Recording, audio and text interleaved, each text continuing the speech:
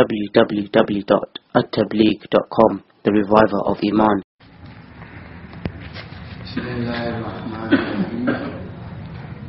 Alhamdulillahi Rabbil Alameen. Wassalatu wassalamu ala sayyidil anbiya'i wal mursaleen. Sayyidina wa nabiyyina wa habibina wa shafi'ina Muhammadin wa alihi wa ashabihi ajma'in. Amma ba'du, fa'an ibn Abbas radiyallahu ta'ala anhuma قال النبي صلى الله تعالى عليه وسلم نعمتان مغبون فيهما كثير من الناس الصحة والفراغ. حضور اکرم صلی اللہ تعالی علیہ وسلم امت کی تربیت فرماتے ہیں. اللہ تبارک و تعالیٰ نے جو نعمتیں ہمیں عطا فرمائی، اللہ تعالیٰ کی ان نعمتوں سے حضور صلی اللہ علیہ وسلم ہم کو روشناس کراتے ہیں. یہ نعمت ہے، یہ نعمت ہے، یہ نعمت ہے، بتلاتے ہیں. یہ بھی آپ کی انتہائی شفقت کی بات ہے. اور گویا ان نعمتوں کا تعارف کرانے کے بعد متوجہ فرماتے ہیں کہ ان سے فائدہ اٹھا لو. یہ دنیا یہ خود ہی ختم ہونے والی ہے. انسان وہ بھی دنیا ہی کے گویا اس میں سے ایک فرد ہے، یہ بھی باقی رہنے والا نہیں. ہم خود ہی جب باقی نہیں رہیں گے تو ہمارے پاس جو کچھ بھی ہے وہ بھی باقی رہنے والا نہیں ہے. اللہ تعالیٰ نے ایک مخصوص زمانے کے لیے یہ چیزیں ہمیں عطا فرمائی ہیں کہ ہم ان کے ذریعے سے کچھ حاصل کر لیں. کمال خلق الموت والحیات لیبلوکم ایکم احسن عملا. اللہ تعالیٰ نے موت اور زندگی اس لیے پیدا فرمائی کہ وہ آزمانا چاہتے ہیں کہ تم میں کون اچھا عمل کرنے والا ہے. تو نبی کریم صلی اللہ تعالی علیہ وسلم اللہ کی مختلف نعمتوں سے امت کو روشناس کرتے ہیں، اس کی پہچان کرواتے ہیں. یہ روایت جو ابھی میں نے آپ کے سامنے پڑھی اس میں حضور اکرم صلی اللہ تعالی علیہ وسلم ارشاد فرماتے ہیں کہ اللہ کی دو نعمتیں ایسی ہیں کہ اس سلسلے میں لوگ دھوکے میں اور گھاٹے میں ہیں. صحت اور جو ہے فرصت، یہ تندرستی جو اللہ نے دی ہے وہ اللہ کی بہت بڑی نعمت ہے. جو لوگ مختلف بیماریوں کا شکار ہیں ان سے پوچھو کہ یہ نعمت کتنی بڑی ہے. اور یہ فرصت، یہ زندگی جو اللہ نے عطا فرمائی، یہ موقع، یہ بڑا قیمتی ہے. یہ خاص مقصد کے لیے اللہ نے ہمیں دنیا میں بھیجا ہے. یہ مت سمجھنا کہ ہم ایسے ہی آئے ہیں اور چلے جائیں گے، نہیں.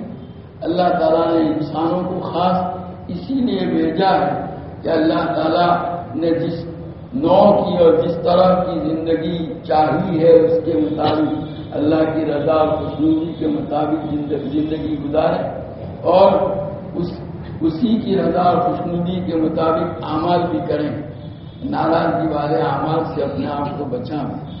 یہ زندگی کا ایک ایک لمحہ جو ہے بڑا قیمتی ہے. ہو رہی ہے عمر مثل برف کم. ہم کچھ کریں یا نہ کریں ہماری زندگی کے اوقات گزرتے چلے جا رہے ہیں. آپ بیکار بیٹھے ہیں تو ایسا نہیں ہے کہ آپ کی زندگی آپ نے روک لی ہے، نہیں. آپ کی زندگی تو گزرتی چلی جا رہی ہے. خواجہ صاحب فرماتے ہیں ہو رہی ہے عمر مثل برف کم، چپکے چپکے رفتہ رفتہ دم بدم. ہمارے حضرت شیخ مولانا محمد زکریا صاحب نور اللہ مرکزہ اپنی مجالس میں کبھی بڑے درد کے ساتھ اکبر الہ آبادی کا یہ شعر پڑھا کرتے تھے. غافل تجھے گھڑیال یہ دیتا ہے منادی، گردوں نے گھڑی عمر کی ایک اور گھٹا دی. یہ گھنٹے والی جو گھڑی ہوتی ہے ٹکونے والی، اس کا ایک ایک ٹکورا گھنٹہ ہم کو بتلا رہا ہے کہ تمہاری زندگی کا ایک حصہ ختم ہو. حضرت حسن بصری رحمت اللہ علیہ فرماتے ہیں کہ یہ وقت کیا ہے؟ یہ وقت تمہارے وجود کا ایک حصہ ہے، کوئی الگ چیز نہیں ہے. تمہارا جو وقت گزرتا جا رہا ہے آپ کے وجود میں سے اتنا کم ہوتا جا رہا ہے. گویا حیات کا انفاس، عربی کا شاعر کہتا ہے حیات کا انفاس تعد فکلما مضى منها نفس انتقصت به جزءا، کہ تمہاری زندگی چند سانسوں کے مجموعے کا نام ہے. جہاں ایک سانس تمہاری گزری اتنا تمہاری زندگی میں سے کم ہو گیا.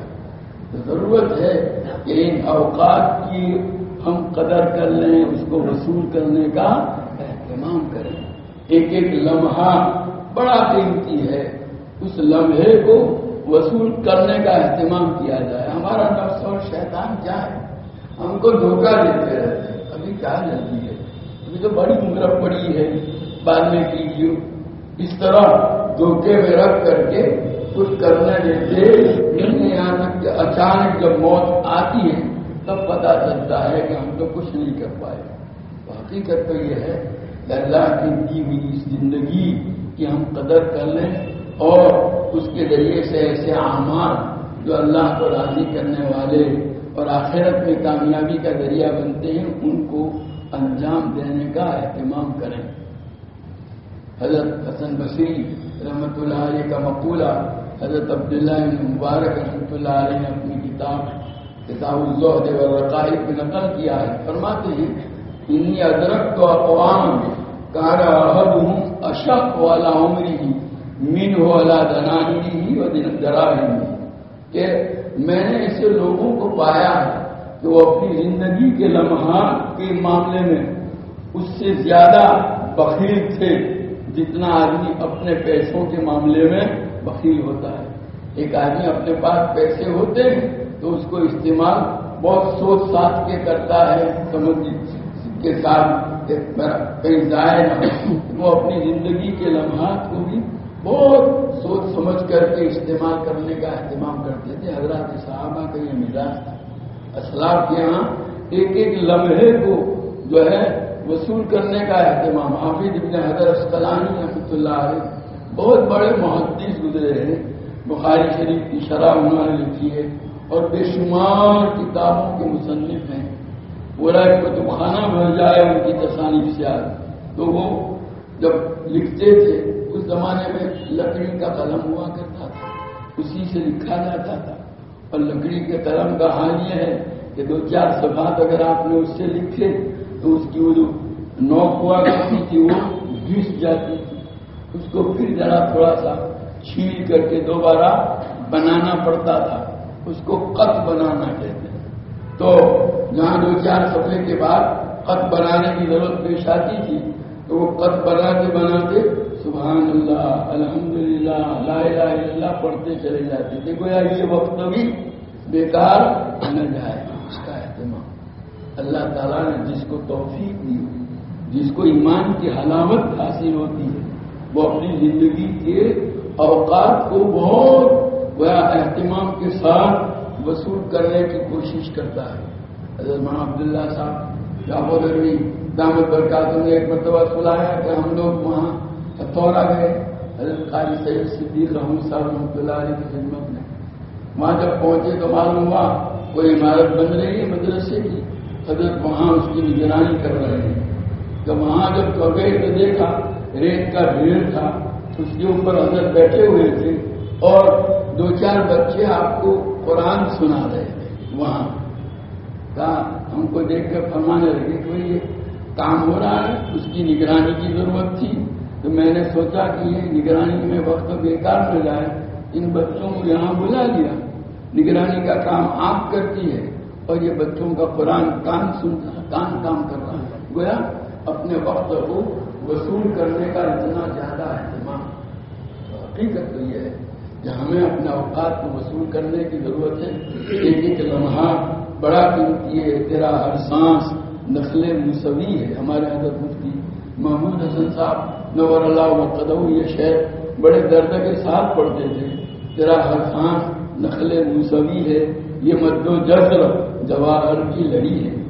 یہ جو سانس اوپر نیچے آتی ہے وہ جواہرات کی لڑی ہے، کوئی معمولی چیز نہیں ہے، بہت قیمتی ہے. اس کو وصول کرنے کا اہتمام کرنا چاہیے. حضرت مولانا ادریس صاحب کاندلوی رحمۃ اللہ علیہ فرماتے ہیں کہ آدمی اپنے آپ کو عادی بنا رہے، ہر وقت ہاتھ میں تسبیح ہو.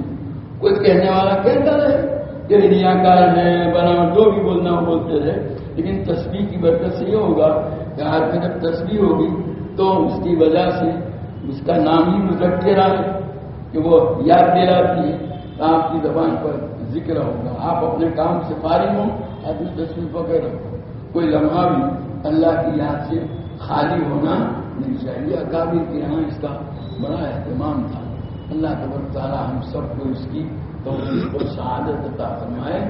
یہاں کا ایک کلمہ معلوم نہیں، یہی ایک کلمہ اللہ کو پسند ہے. ایک الحمدللہ، ایک سبحان اللہ، اور اسی پر اللہ تعالیٰ بخشش کرنے اور ہمارے آخرت بن جائے، ہو سکتا ہے.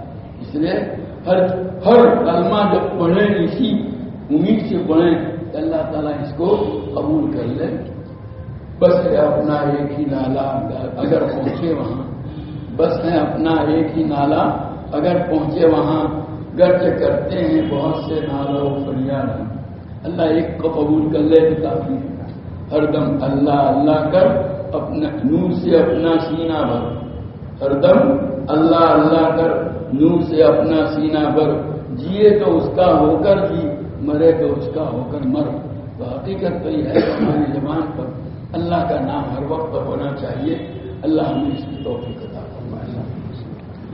سبحانک اللہم و بحمدک وتبارک اسمک وتعالی جدک ولا الہ غیرک. اللہم صلی وسلم وبارک علی سیدنا مولانا محمد وعلی آل سیدنا مولانا محمد کما تحب وترضى بغیر ما تحب وترضى. اے اللہ، تو نے ہمیں یہ قیمتی زندگی جو عطا فرمائی اس کی قدردانی کی ہمیں توفیق عطا فرما.